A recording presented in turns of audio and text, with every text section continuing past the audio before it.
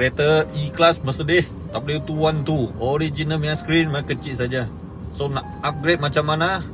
Boleh upgrade macam ini.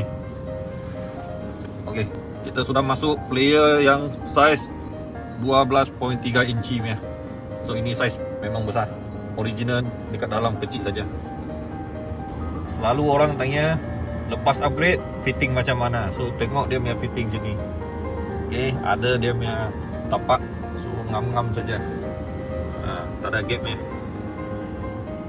Ni tinggal sini. Sini pun dia tutup habis. Tak payah risau, lepas upgrade nampak ada lubang. Okey, mari saya tunjuk apa yang ada dalam player ni. Okey, ini Android operating system. So Google Chrome, okey, macam-macam ada. Okey.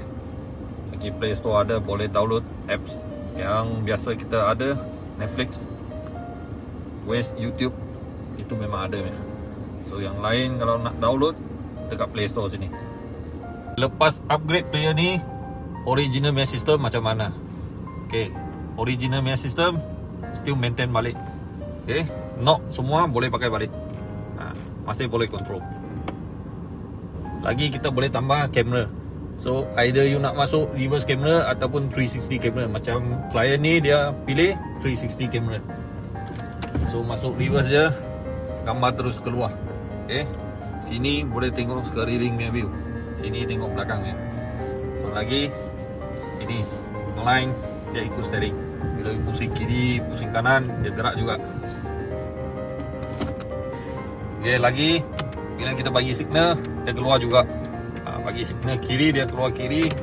Bagi signal kanan, dia keluar kanan.